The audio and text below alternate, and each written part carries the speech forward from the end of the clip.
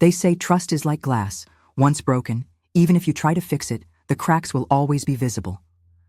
I never thought I'd become one of those women, checking locations, second-guessing my gut, waking up in cold sweats wondering why I felt so hollow. But here I am. And this story? It started with a single lie, one little sentence that should have been harmless, but it wasn't. "I'm at the bar, babe, just having a drink with the guys." It was 9:17 p.m. on a Friday.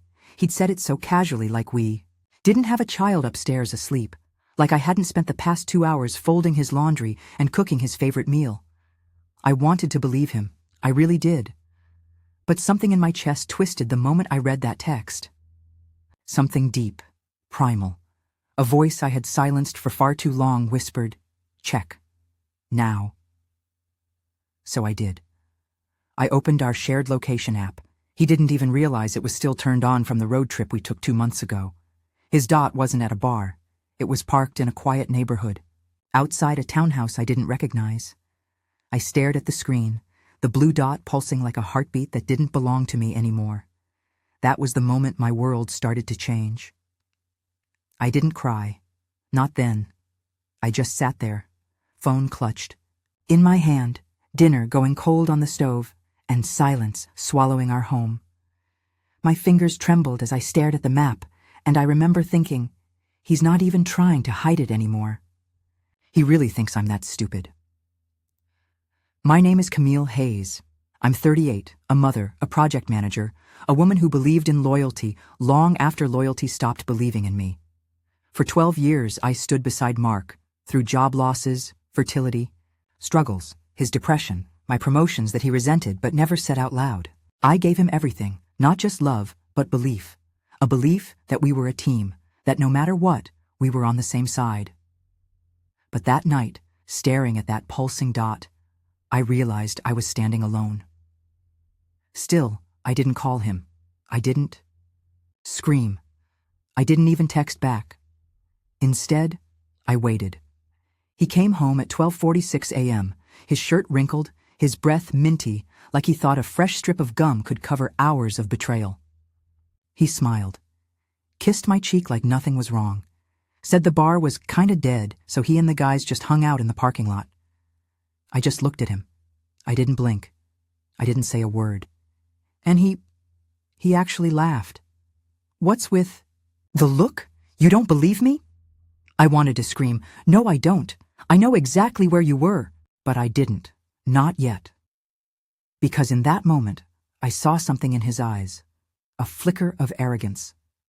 A man so sure of himself, so convinced I'd never call him out. That I'd just keep playing the quiet, supportive wife while he lived a double life. That's when I knew I wouldn't let this go. This wasn't just about an affair. It was about the years I spent building a life with someone who was ready to torch it the moment I wasn't convenient. It was about every sacrifice I made. Every night I held our home together while he chased distractions. It was about dignity. I knew what I had to do. But I wouldn't rush. No. I would wait, watch, gather. And when the moment was right, I'd strike with precision so sharp it would leave him gasping. He thought he was smarter than me. He had no idea what I was capable of. The next morning, I watched him pour his coffee like nothing had happened. Shirtless, whistling, scrolling his phone. My stomach turned at the sight. I couldn't believe I had once found that routine charming. Now it felt like a slap in the face. He asked if I could pick up his dry cleaning later, told me he had a long day of meetings ahead. Meetings, right. I just nodded. Sure. That was the moment I realized the depth of his deception. It wasn't just one lie, one night. This wasn't something new. This was rehearsed, practiced, comfortable.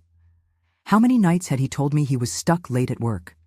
How many dinners had I eaten alone, excusing it because I thought he was stressed? Overworked? Underappreciated? He was none of those things. He was a liar, a practiced, shameless, entitled liar. I began noticing the details I'd ignored before. The way he always put his phone face down, how he'd smile when a text popped up, then excuse himself to take a call. how his passwords had changed without explanation. The sudden push for me to take time for myself, like he was encouraging me to stop paying attention. I started to see everything. The breadcrumbs he thought he'd hidden. The hotel receipts I found tucked behind old bills in the junk drawer. The unfamiliar hair tie in his car, too delicate to be mine, too obviously left behind like some twisted trophy. And what cut the deepest wasn't even the infidelity. It was the gaslighting. He made me feel like I was the one going crazy. Why? Are you so paranoid? You're being dramatic. You always make everything about you. Every time I brought up my concerns, calmly, respectfully, he'd deflect, minimize, and spin it back around, like somehow I was the villain for noticing his shift in behavior. He weaponized my loyalty, my empathy, my history of forgiveness. I wanted to scream, but I didn't. I wrote it all down instead. I started a hidden journal, names, dates, receipts. I screenshotted texts, took pictures of everything he left behind carelessly, began mapping out timelines of his lies, where he said he'd be versus where his location actually showed. I documented everything. And I kept playing my role, the doting wife, the supportive partner. I made his coffee. I laughed at his jokes. I even massaged his shoulders one night just to hear him sigh and say, God, I don't know what I'd do without you. I almost answered, cheat more comfortably, but I bit my tongue. I needed to stay quiet until I had enough. He had grown so arrogant that he didn't even bother hiding it well anymore. I caught him once in a half-lie, said he was at a client dinner downtown. But when I checked his Uber history, he hadn't gone past the east side. The destination? That same townhouse. Again. It was like a sickness had settled over our life. And no one knew. Not our friends, not his colleagues, not even our daughter. He played the charming husband so well in public, always with his hand on my lower back, always opening my door. People would say, You're lucky, Camille. Mark's such a great guy. And I'd smile like I believed it too, because the truth would have broken me if I'd said it out loud before I was ready. The problem wasn't just the affair. It was that he'd built an entire life on top of a rotting foundation. He thought he could keep both worlds, play the loving husband at home and the thrilling lover somewhere else. He thought I wouldn't question it, that I wouldn't push back. But something had changed in me. Every lie hardened me. Every "you're just overthinking it" lit a match. Every time he looked me in the eyes and lied to my face, he added another brick to the fire pit I was building beneath his feet. I didn't want revenge just for me. I wanted to make sure he'd never do this to anyone else. Not the next woman, not the next life he tried to juggle. He thought I didn't know. He had no idea I was documenting everything, and soon he'd find out just how much I knew. The worst part of betrayal isn't just the lie. It's what the lie steals from you, the peace of mind, the sense of safety, the trust you thought was mutual. And in my case, it was more than that. It was time, identity, and the future I had built brick by brick with someone who saw it all as disposable. I didn't just feel heartbroken, I felt robbed. Mark and I weren't just married. We had a home together, a daughter, financial investments, shared responsibilities, memories layered over a decade. This wasn't something you could walk away from with a shrug and a suitcase. I had given him 12 years of my life, stood by him when he lost his job and spiraled into a dark depression, took on extra work to keep the bills paid, smiled through his bitterness, and picked up every shattered piece of his pride without a complaint. And now? He got to waltz into someone else's bed like none of it ever mattered? No, that wasn't going to happen. This mattered because I was tired of the cycle, tired of women being expected to just move on while men like him got to rewrite history. I wasn't going to let him narrate our downfall as a mutual drift or some vague, emotional disconnection. He betrayed me, willfully, consistently, and without remorse. And he wasn't going to walk away without consequence. More than that, I had our daughter to think about. Ellie was only 9, still young enough to be shielded from the ugliness, but old enough to notice tension in the house. She'd started asking questions like, "Why doesn't Daddy eat dinner with us anymore?" Or, "Why is Daddy always on?" His phone? I didn't want her to grow up thinking this was normal, that being ignored by someone you love was okay. That silence between spouses was just what happened, And most of all, I didn't want her to look at my life someday and wonder why I stayed quiet. I had to show her what boundaries looked like, what strength looked like, what self-respect looked like. It also mattered because I had spent so long trying to be the good one, the calm one, the reasonable one. I bent myself into shapes to avoid confrontation, to keep the peace, to not rock the boat.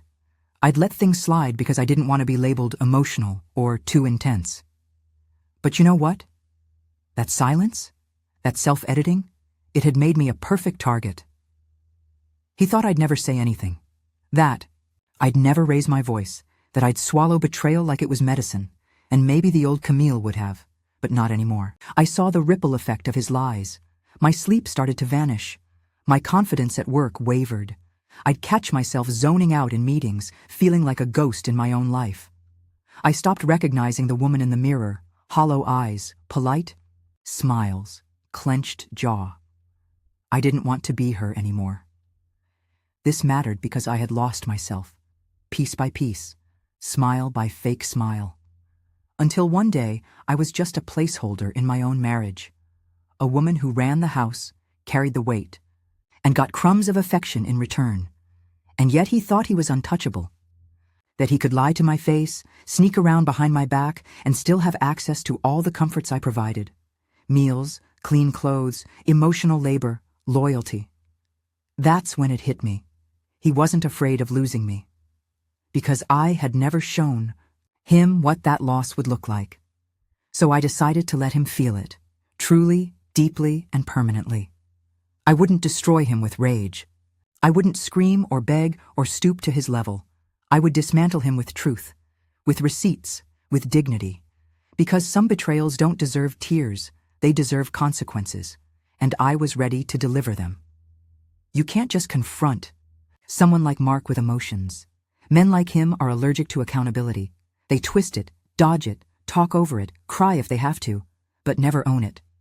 I knew if I wanted to hit him where it hurt, I had to speak his language, proof, power, exposure, and so I made a plan.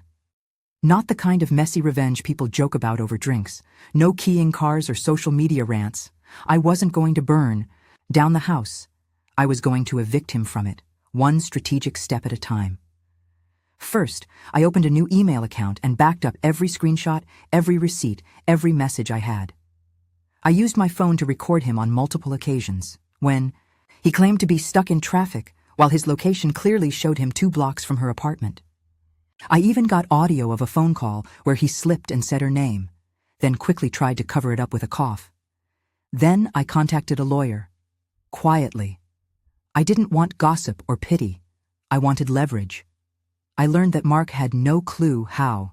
Many things were still in my name. The house? Mine before marriage. The car he drove? Registered to me. The joint account? Monitored. He thought he was clever using a separate debit card for his little outings, but he didn't know I had access to the linked statements. Hotels, dinners, flowers. One purchase was even labeled Lust and Lace Boutique. 2. My lawyer advised me not to make a move until I had at least 90 days of documentation, so that's what I did. 3 months of pretending, 3 months of subtle distance, 3 months of fake kisses, forced smiles, and carefully placing. Microphones in the living room when he got too bold on the phone. I even started therapy, not to fix the marriage, but to prepare myself for the version of me I'd need to become to see this through. I was meticulous, because I wasn't just walking away. I was taking everything he thought he owned, and everything he took for granted. I also spoke with Ellie's school counselor and made sure that, no matter what happened, she'd have a soft place to land. I didn't want her caught in the crossfire, but I also wasn't going to lie to her. When the time came, she would know the truth in a way a 9-year-old could understand, that Daddy made choices and Mommy made sure those choices had consequences. 1. Night. I watched him come in late, again. He smelled like cologne I didn't buy and had a fresh haircut he never told me about. He smiled like he'd gotten away with something. I smiled back, because by then I had everything. The last piece came 2 weeks later, an email from the woman herself. She didn't know who I was. She had found my number on his phone. The name he gave her? Marcus Hale, not Mark Hayes. A different last name entirely, different job, different backstory. She thought he was divorced. No kids, no ties. She ended her message with, "I'm so sorry, I had no idea." And you know what? I believed her, because she'd been lied to too. In that moment, the bitterness shifted. I stopped feeling like I was at war with her. She was just another woman cleaning up the mess of a man who thought he was untouchable. That's when I knew it was time. Time to stop collecting receipts. Time to start delivering them. I wasn't going to lose sleep wondering if I was doing the right thing anymore. I had done everything right, and he had done everything wrong. This wasn't about rage. This was about clarity. I had played the long game, with intention, with patience. Now, I was ready for execution, and the next part of my plan? Letting him try to lie, one final time, while I watched him unravel in real time. I always thought closure looked like a clean break, a slammed door, a goodbye note, a fresh start. But when you're dealing with a man like Mark, closure isn't handed to you, it's earned. And it's not quiet. It was a Saturday, the day I'd chosen. Ellie was with my sister for the weekend, just like I planned. I needed the space, I needed a witness, and I needed no interruptions. But before I tell you what happened, let me walk you through exactly how I laid it all out. Because this wasn't just for me. It was a guide, a warning, a manual for anyone who's ever doubted their gut and stayed too long. Step 1. Get your facts straight. I went back through everything I'd gathered, the location logs, the bank records, the call history, screenshots, and the audio recordings. I sorted it into categories: financial lies, emotional infidelity, and identity deception. He hadn't just been cheating. He had been living a full-blown second life, lying to 2 women, hiding income, even signing up for dating sites with usernames like Executive Lover 75. Pathetic. I printed it all and made copies, labeled each folder with dates. I even included a list of questions I had asked him during that period, and his answers. All lies. Step 2. Find your witnesses. I didn't want to confront him alone, not because I was scared, but because men, like him, spin narratives. They'll say you overreacted, you twisted their words, you made a scene. So I invited his best friend over, James, a man he admired, respected, and never thought I'd confide in. James thought he was just stopping by for a barbecue. I had other plans. Step 3. Set the stage. I cleaned the house, lit candles, and set the table, just like a normal Saturday evening. Mark walked in, hung his coat, kissed my cheek, and asked what we were celebrating. Honesty, I said. He laughed. That's random. I didn't answer. James arrived a few minutes later, a 6-pack in hand. Mark greeted him, poured a drink. He still had no idea what was coming. I had the folders waiting in the den, the laptop open to his fake dating profile, my phone ready with screenshots. Step 4. Start small, let them hang themselves. I asked Mark how work had been. He gave the usual response. Busy, crazy. James nodded along, sipping his beer. Then I asked him where he was the night before. His eyes darted, just for a second. Out with the guys, he said. I tilted my head. Which bar? He stuttered. The one on 5th. You know, Charlie's. James glanced at me, confused. I opened my phone, pulled up the location history, showed James, then Mark. You weren't at Charlie's, I said softly. You were at 1329 Fern Street. Again. Mark blinked. The room went still. I must have dropped someone off. No, I interrupted. You stayed there for 3 hours. You ordered food through Uber Eats. I have the receipt. Want to see? That's when James sat forward.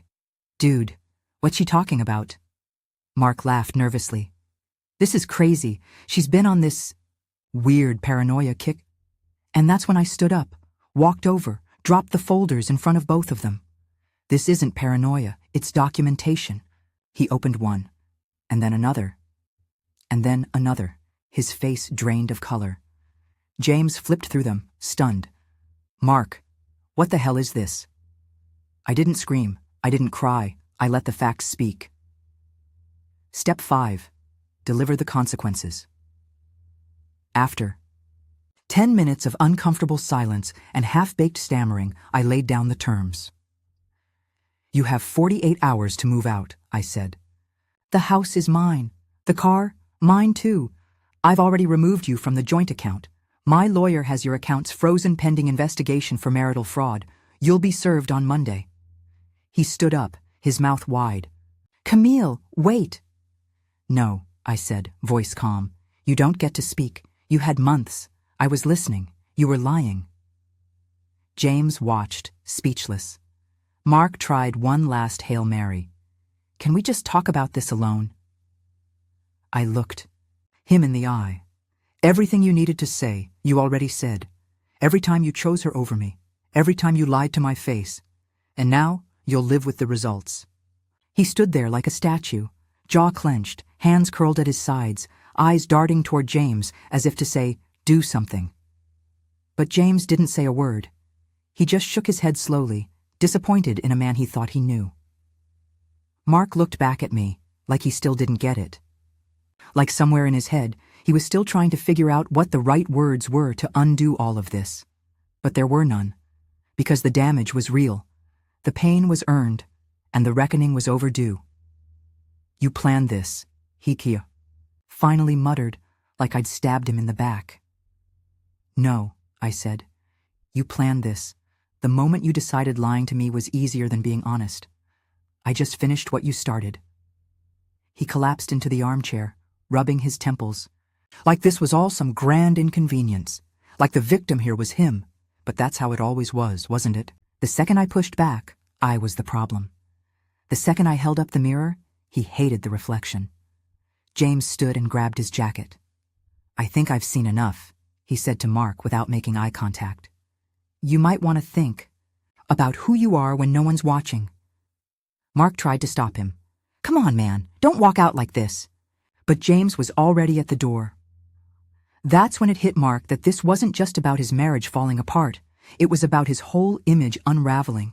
The narrative he'd built, that he was this good guy, this devoted family man, it was collapsing in real time, and not just privately. People were going to know. That was part of my plan, too. I wasn't going to smear him. I wasn't going to make a spectacle of it. But I was going to make sure the people closest to us knew the truth. I wanted the whispers to shift from Camille never appreciated him to how long was he living? A lie. Because the shame, that wasn't mine to carry anymore. Later that night, he tried again. He texted me. Can we just talk, please? I know I messed up. I want to fix this. I didn't respond. He tried calling. I silenced it. Then came the guilt bombs. We're a family. Doesn't that mean anything to you? I thought about that, about what family really means, and I realized it does mean something to me. Which is why I refused to let my daughter grow up watching a woman betray herself just to preserve a lie. I called my lawyer the next morning. We filed for divorce citing adultery with documented evidence. I changed the locks, froze the accounts, removed his access to everything that gave him comfort under my roof. When Ellie came home that Sunday, she asked where her dad was. I knelt down, held her hand, and said, Sweetheart, sometimes people make choices that hurt others. Daddy made choices that mean he can't live here right now. But you are safe. You are loved. And I will always, always tell you the truth. She nodded quietly. And then she asked if she could sleep in my bed that night. Of course. I said yes. In the days that followed, people reached out. Some were shocked. Some apologized for not seeing it. A few, mostly his enablers, told me I was being too harsh. I didn't bother arguing. Because when you reclaim your life, some people will mourn. The version of you who stayed quiet for their comfort. Let them. I wasn't bitter. I wasn't even angry anymore. I was clear. I had built a new foundation, this time on truth, on boundaries, on strength, and yes, on the unshakable belief that I deserved better. Mark? He ended up renting a cheap apartment on the edge of town. The other woman? She blocked him after I shared everything. I didn't have to ruin his life. He did that all by himself. I just made sure the lights were on when it happened. So if you're reading this and wondering if it's worth it, if gathering the evidence, making a plan, confronting the lies is too much, hear me when I say this. You are not crazy. You are not dramatic. You are not asking for too much. You are finally asking for enough. And when you do, don't whisper. Speak, reveal, walk. Away with your head held high, because revenge isn't always destruction. Sometimes it's documentation, dignity, and a locked door behind you.